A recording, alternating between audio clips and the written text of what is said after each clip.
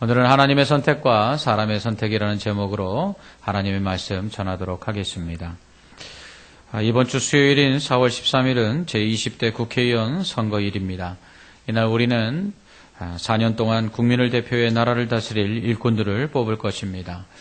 이런 가운데 특히 이번 선거는 누구를 뽑아야 할지, 어떤 당을 뽑아야 할지 알 수 없을 만큼 혼선이 빚어지고 있습니다. 이런 판세 가운데 믿는 성도는 과연 누구를 뽑아야 할까요? 모든 권세는 하늘로부터 온다고 했는데 하나님께서 세우신 사람은 과연 누구일까요? 오늘 말씀은 하나님께서 택하시는 사람이 누구인지, 우리가 선택해야 할 사람이 어떤 사람인지에 대한 기준을 말씀하고 있습니다. 어떤 분들은 혹 교회에서 선거에 대해 이야기할 필요가 있는가? 정치에 대해서, 세상 정치에 대해서 목사가 꼭 말할 필요가 있는가 하고 생각하실지도 모르겠습니다. 그러나 성경을 보면 하나님은 지극히 정치적인 분이시라는 것을 알 수 있습니다. 우선 하나님을 우리는 왕이라 부릅니다. 하나님은 이스라엘 나라를 직접 통치하셨으며 세상 나라들을 주관하고 계십니다. 또한 왕들을 세우기도 하시고 폐하기도 하십니다. 그래서 성경은 모든 세상 권세는 하늘로부터 온다고 말씀합니다. 뿐만 아니라 하나님은 선지자들을 통해서 세우신 왕들을 견제하셨습니다. 또한 많은 믿음의 사람들은 정치적인 행동들을 용감하게 시행했습니다. 에스더는 목숨을 걸고 왕에게 나가 자기 민족을 구원했습니다.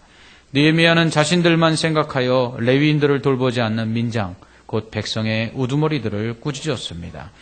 예수님은 헤롯 왕을 향해 심지어 여우라고 비난하셨고, 또한 정치적 권력을 휘두르는 사두개인들을 책망하셨습니다. 세례 요한은 동생의 아내를 취한 헤롯 왕을 책망하다가 옥에 갇혀 죽었습니다. 세계 기독교 역사상 교회는 폭군들을 향해 대항하였으며 국가가 위기에 처했을 때 또한 국가를 위기로부터 구해내기 위해 목숨을 바쳤습니다. 교회는 정치적으로 중립을 지켜야 한다라고 말하기도 합니다. 그러나 그것이 교회가 정치에 무관심하라는 의미는 아닙니다. 성경은 세상 권세를 잡은 주관자들을 위해 기도하라고 말씀합니다. 기도하려면 제대로 알아야 합니다.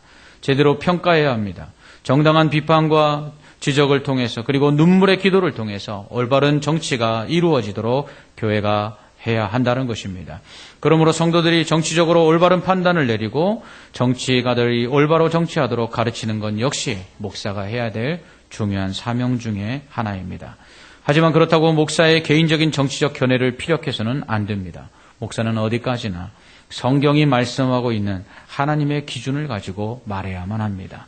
그런 의미에서 총선을 앞두고 성도가 어떤 기준을 가지고 정치 지도자들을 세워야 하는가에 대해 성경이 무엇이라 말씀하시는가를 살펴보는 것은 아주 중요하다고 생각합니다.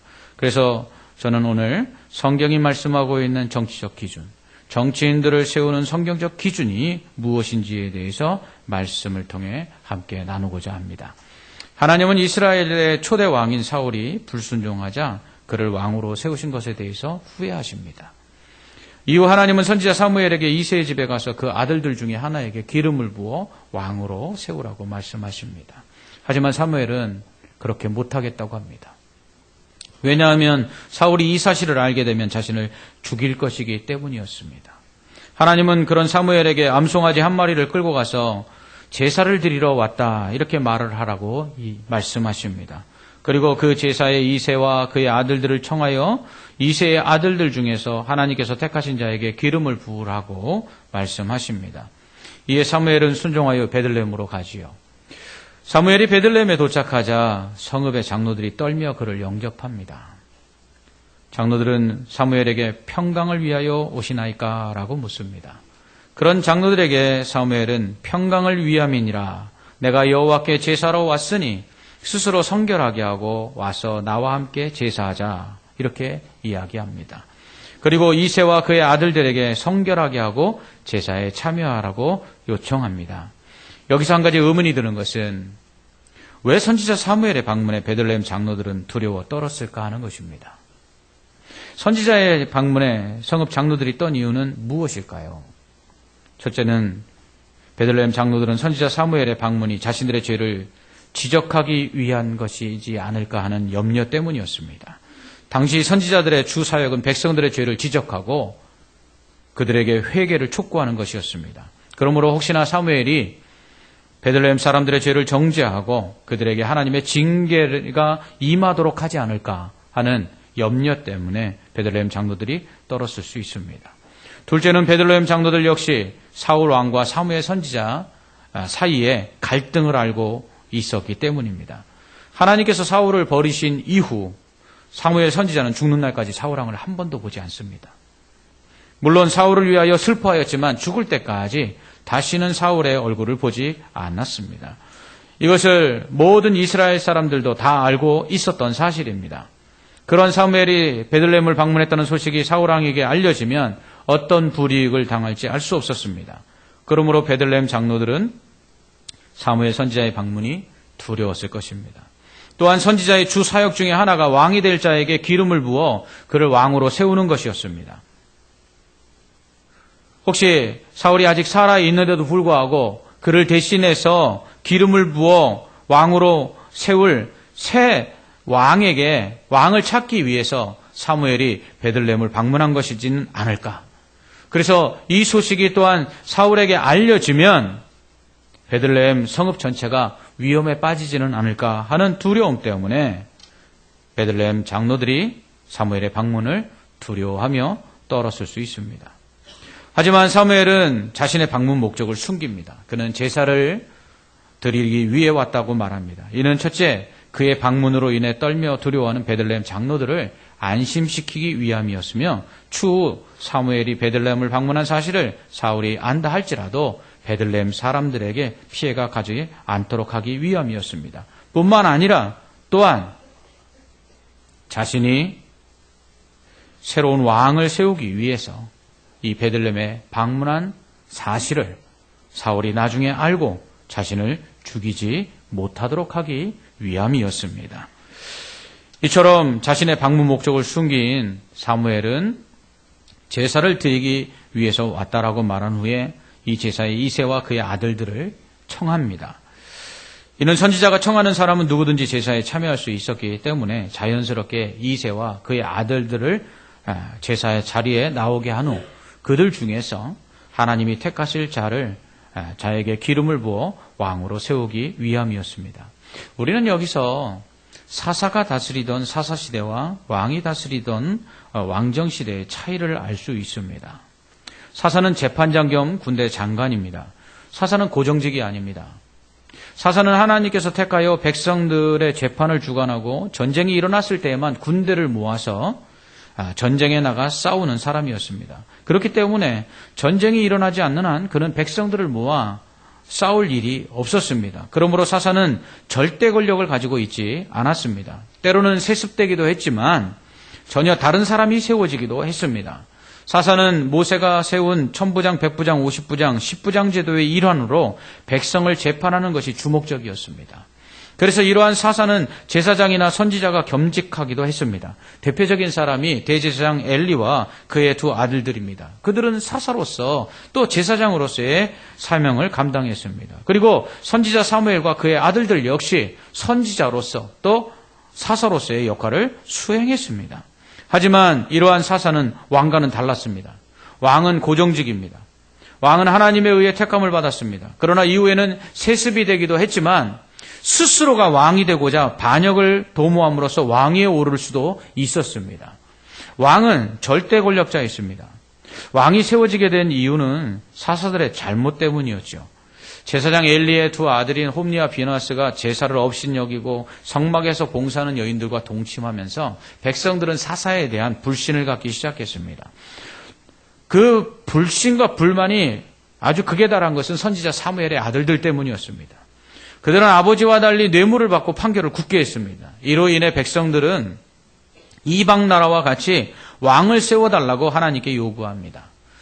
이러한 이스라엘 백성들에게 왕을 요구하는 그들에게 하나님은 사무엘상 8장 11절로 18절에서 이렇게 왕정제도에 대한 경고를 하십니다. 이르되 너희를 다스릴 왕의 제도는 이러하니라. 그가 너희 아들들을 데려다가 그의 병거와 말을 어거하게 하리니 그들이 그 병거 앞에서 달릴 것이며 그가 또 너희의 아들들을 천부장과 오십부장으로 삼을 것이며 자기 밭을 갈게 하고 자기 추수를 하게 할 것이며 자기 무기와 병거의 장비도 만들게 할 것이며 그가 또 너희의 딸들을 데려다가 향료 만드는 자와 요리하는 자와 떡 굽는 자로 삼을 것이며 그가 또 너희의 밭과 포도원과 감람원에서 제일 좋은 것을 가져다가 자기의 신하들에게 줄 것이며 그가 또 너희의 곡식과 포도원 소산의 11조를 거두어 자기의 관리와 신하에게 줄 것이며 그가 또 너희의 노비와 가장 아름다운 소년과 나귀들을 끌어다가 자기 일을 시킬 것이며 너희의 양떼의 10분의 1을 거두어 가리니 너희가 그의 종이 될 것이라.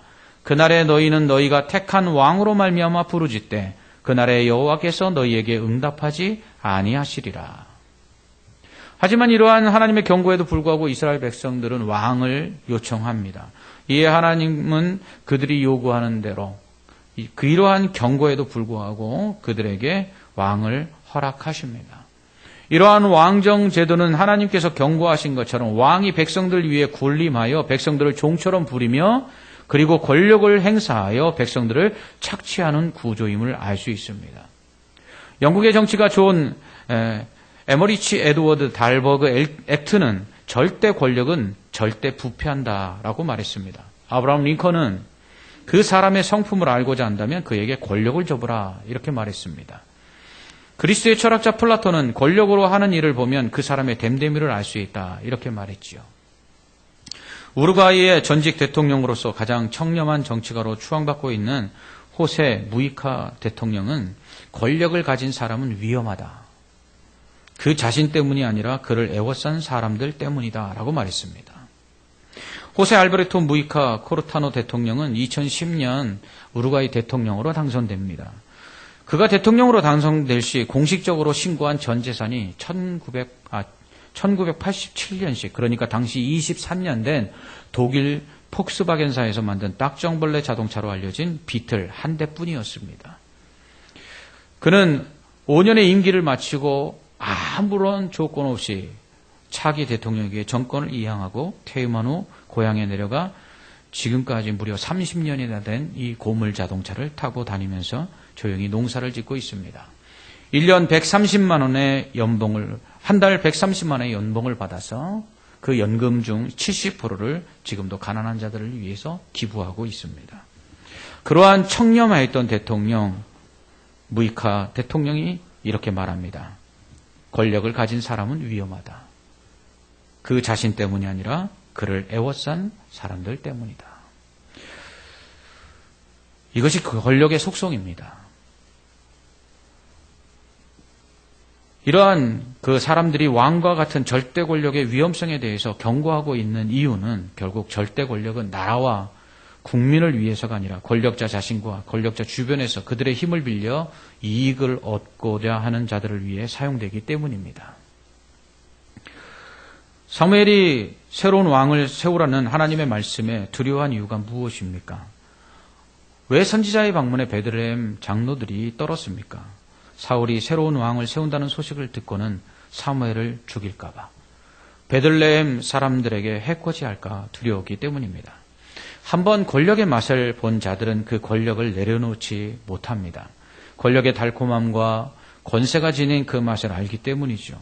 이러한 권력에 대한 욕구는 선지자마저도 죽이면서까지 자신의 권세를 유지하고자 했음을 알 수 있습니다.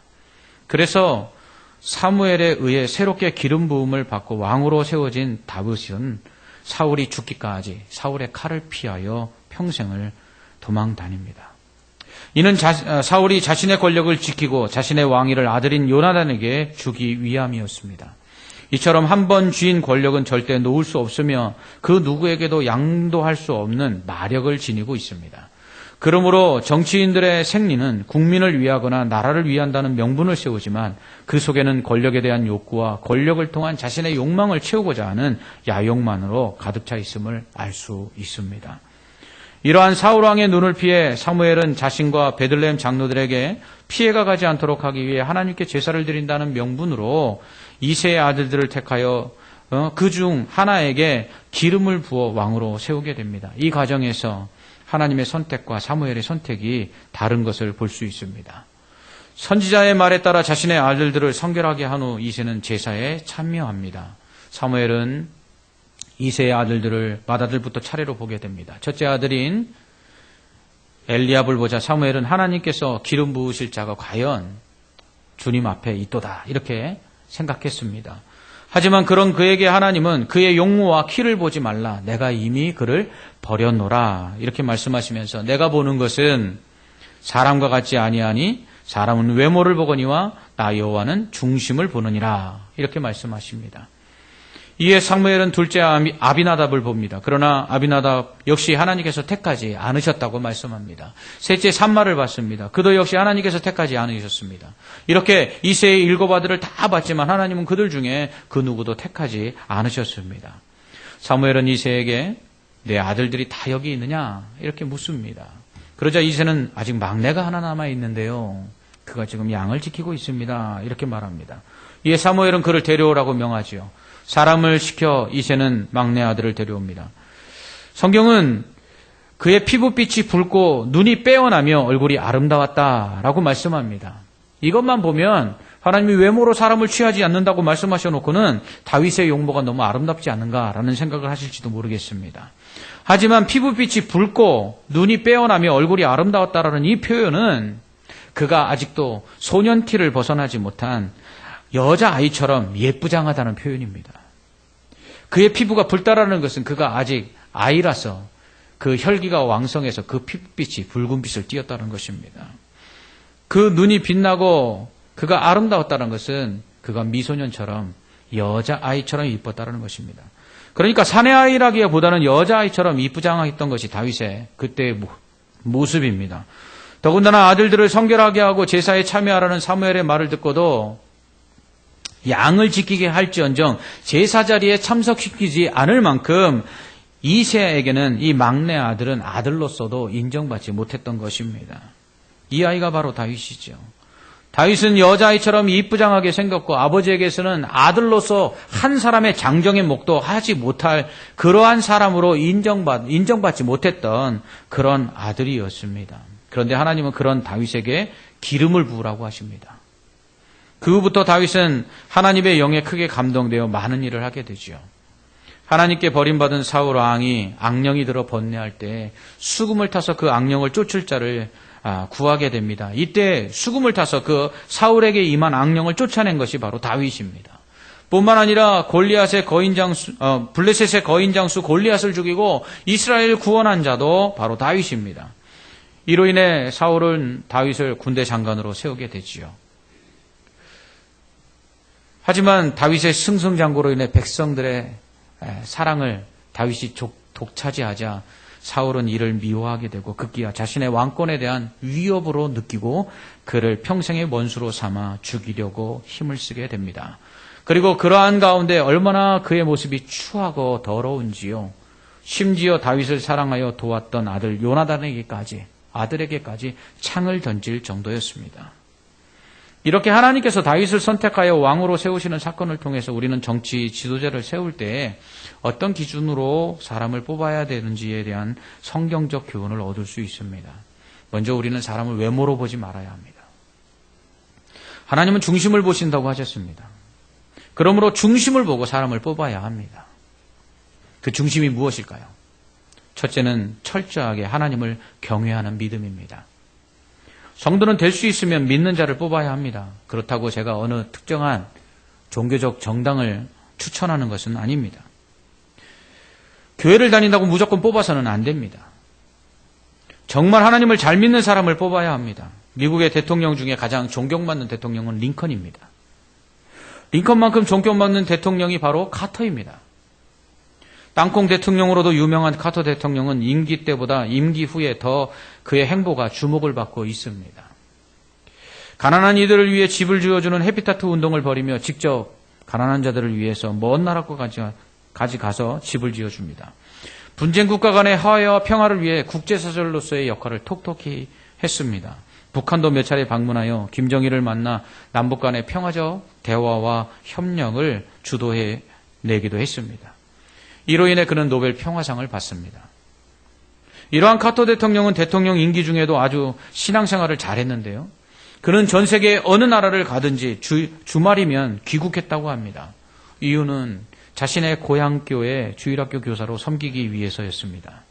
대부분의 미국 대통령들은 백악관 옆에 있는 교회에 주일 예배를 드리는데 그 백악관 옆에 있는 교회에 그 백악관과 지하로 연결되어 있는 비밀 통로를 통해서 예배당에 가서 예배를 드리고 돌아온다고 합니다.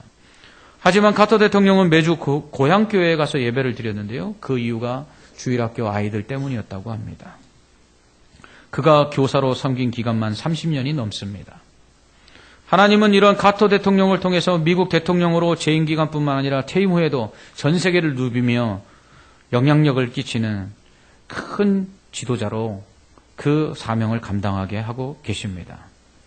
우리나라에도 이렇게 하나님을 잘 섬기며 진정한 신앙인의 모습으로 나라와 국민을 섬길 수 있는 정치인들이 세워졌으면 좋겠습니다. 학연이나 지연, 혈연과 같은 기준에 의해서가 아니라 하나님을 두려워하여서 자신에게 부여된 정치적인 힘을 국민과 국가를 위해 올바르게 사용할 수 있는 사람이 세워지기를 원합니다. 그 누구보다 하나님께서 지켜보고 계심을 알고 하나님을 경외하며 두렵고 떨리는 마음으로 나라를 다스리고 국민을 섬기는 사람들이 세워지기를 원합니다. 그러므로 겉모습만 보고 뽑지 마십시오. 같은 지역 출신이라고 공부 많이 했다고 뽑지 마시기 바랍니다. 정말 그가 하나님을 두려워하고 있는가? 그가 정말 국민을 위해 나라를 위해 자신을 희생할 수 있는 섬김의 사람인가? 그가 하나님 편에 서 있는 사람인가? 그것을 보고 그 중심을 보고 선택해야 할 것입니다. 또한 우리가 보아야 될 두 번째 중심은 사람에 대한 사랑입니다. 자신을 사랑하는 자가 아니라 자신이 섬겨야 될 사람을 사랑하는 사람을 세워야 합니다. 그것을 어떻게 알 수 있을까요? 우리는 그가 한 사회봉사 경력을 꼭 봐야 합니다. 얼마나 약하고 가난한 자들 편에 서서 활동했는가를 봐야 합니다. 정치적으로 큰 일을 한 사람도 좋지만 그러나 사람들이 관심을 갖지 않는 소외된 사람들을 생각할 수 있는 사람이 세워져야 합니다. 가난한 자들과 병든 자들과 줄이고 목마른 자들과 갇힌 자들과 같이 연약하고 작은 자들, 정치적 관심에서 배제된 소외된 사람들에 대한 관심을 가지고 있는 사람을 세워야 합니다. 주님은 마지막 심판날에 이런 사람들에게 가난하고 줄이고 병들고 갇혀있는 사람들을 돌아본 것이 주님께 한 것이다 라고 말씀하셨습니다. 가진 자들 편에서 힘 있는 자들 편에 아부하며 그들의 이익을 위해 신여 노릇함으로써 자신들의 이익을 챙기는 사람을 더 이상 세워서는 안 될 것입니다. 정말 사람을 사람으로 귀하게 여길 줄 아는 사람, 그런 사람을 세워야 합니다. 그래야 부정축제와 뇌물을 받지 않을 수 있습니다. 정치라는 것이 속성상 힘과 돈이 병행할 수밖에 없습니다. 어떤 일을 하든 돈이 들어가기 때문이죠. 그리고 그 액수는 일반인들이 상상할 수 없을 만큼 엄청난 액수의 돈입니다. 그러다 보면 사람은 욕심이 생길 수밖에 없습니다. 이 때문에 돈보다 사람을 먼저 생각하는 사람, 정말 사람을 사랑하는 사람이 세워져야 합니다. 그러기 위해서는 그들이 얼마나 연약한 자들 편에 서서 봉사하고 활동하였는가 꼭 이것을 살펴봐야 합니다. 이렇게 우리는 정치인들의 중심을 봐야 합니다. 그들의 외적인 모습, 정치적 능력보다 하나님을 두려워하며 사람을 사랑하는 그 믿음과 사랑을 보아야 합니다. 이러한 모습은 그들의 도덕성을 통해 나타난다고 생각합니다. 우리가 보아야 될 세 번째 중심이 바로 그들의 도덕성입니다. 정치야 정치적 역량으로 하는 것이지 도덕성으로 하는 것이냐라고 말할지 모르겠습니다. 하지만 정치인들의 도덕성은 말 그대로 그들이 하나님을 얼마나 두려워하며 사람을 중요하게 여기는지에 대한 시금석입니다. 하나님을 두려워하는데 정직하지 않을 수 있겠습니까? 하나님을 두려워하는데 뇌물을 수수하거나 불법을 저지를 수 있겠습니까? 사람을 사랑하는데 자기 자식만 잘 되면 된다는 생각에 위장전입하겠습니까? 사람을 사랑하는데 가진 자들 편에 서서 힘 있는 자들의 신여 노릇 하겠습니까? 정치인들이야 다 그러니까 뭐 도끼겠긴 아니겠냐 할지도 모르겠습니다. 그러나 아닙니다. 좀 더 나은 사람을 세워야 합니다. 도덕적으로 좀 더 깨끗한 사람, 윤리적으로 청결한 사람, 올바른 사람을 세워야 합니다. 이번 선거를 독려하는 글 중에 참 재미난 글이 있어서 여러분들에게 소개하고자 합니다. 그놈이 그놈이라고 투표하지 않으면 그놈들 중에 제일 나쁜 놈들이 다 해먹는다. 참 일리가 있어서 공감이 갑니다. 좋은 사람이 없다면 최소한 제일 나쁜 사람은 뽑지 말아야 합니다. 이제 수요일이면 앞으로 4년 동안 나라를 다스릴 국회의원들이 뽑힐 것입니다. 그러나 이번 선거가 앞으로의 4년을 좌우하지 않는다는 사실을 기억해야 합니다. 우리는 잘못 뽑은 사람들로 인해 그들이 정치적 세력을 이루고 지속적으로 정치를 왜곡되게 이끌어가는 것을 보고 있습니다. 앞으로의 4년이 아닌 이 나라와 우리 자녀들의 미래를 위해서라도 중심을 보고 사람을 세워야 합니다. 그러기 위해서는 성도는 반드시 투표해야 합니다. 이것은 성도가 이 세상 나라 시민으로서 마땅히 해야 될 의무요, 책임이기 때문입니다. 하나님을 두려워하고 사람을 사랑하며 도덕적으로 윤리적으로 청렴한 사람을 뽑으시기 바랍니다. 이것은 비단 세상 정치인들을 뽑을 때만 적용되는 원칙이 아닙니다. 교회도 마찬가지입니다. 하나님의 교회를 섬기는 일꾼을 세울 때도 마찬가지로 적용돼야 될 원칙입니다. 외모가 아니라 하나님을 두려워하며 사람을 사랑하여 법과 질서를 존중하고 하나님의 말씀에 순종하는 사람, 도덕적으로 깨끗한 사람, 하나님의 교회의 일꾼을 세울 때에도 마찬가지로 이 원칙은 지켜져야만 합니다. 이번 4.13 총선을 통해서 성도들을 비롯한 모든 국민이 사무엘처럼 사람의 외모를 보는 것이 아니라 하나님처럼 중심을 보고 선택해야 할 것입니다. 바라기는 하나님을 경외하며 원통한 자와 빚진 자의 친구가 되었던 다윗과 같이 그 중심이 하나님 마음에 합한 사람, 나라와 국민을 위해 자신을 희생하며 섬기는 사람을 사랑하는 사람. 그렇기 때문에 자신이 늘 언제나 정직하고 깨끗하여서 정의와 공의를 앞세울 수 있는 그러한 국회의원들, 그러한 지도자들이 세워지기를 간절히 소망합니다. 기도하겠습니다. 하나님 아버지, 이제 4월 13일 총선이 있습니다. 하나님 마음에 합하여 그 중심이 하나님을 잘 섬기며 하나님을 두려워하는 사람, 그 중심이 사람을 사랑하여 연약하고 그리고 가난하고 소외된 사람들을 위해 그들 편에서 일할 수 있는 사람, 하나님을 두려워하며 사람을 사랑하기에 정직하고 또 성결하며 깨끗한 도덕적으로 윤리적으로 거룩한 사람이 세워지게 하여 주시옵소서. 사람을 외모로 보지 아니하고 그 중심을 보고 뽑을 수 있는 우리 국민들이 되기를 원합니다.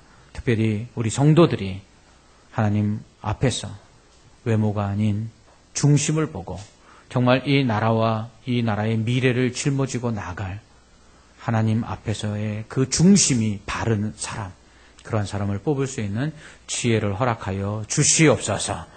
예수님 이름으로 기도합나이다. 아멘.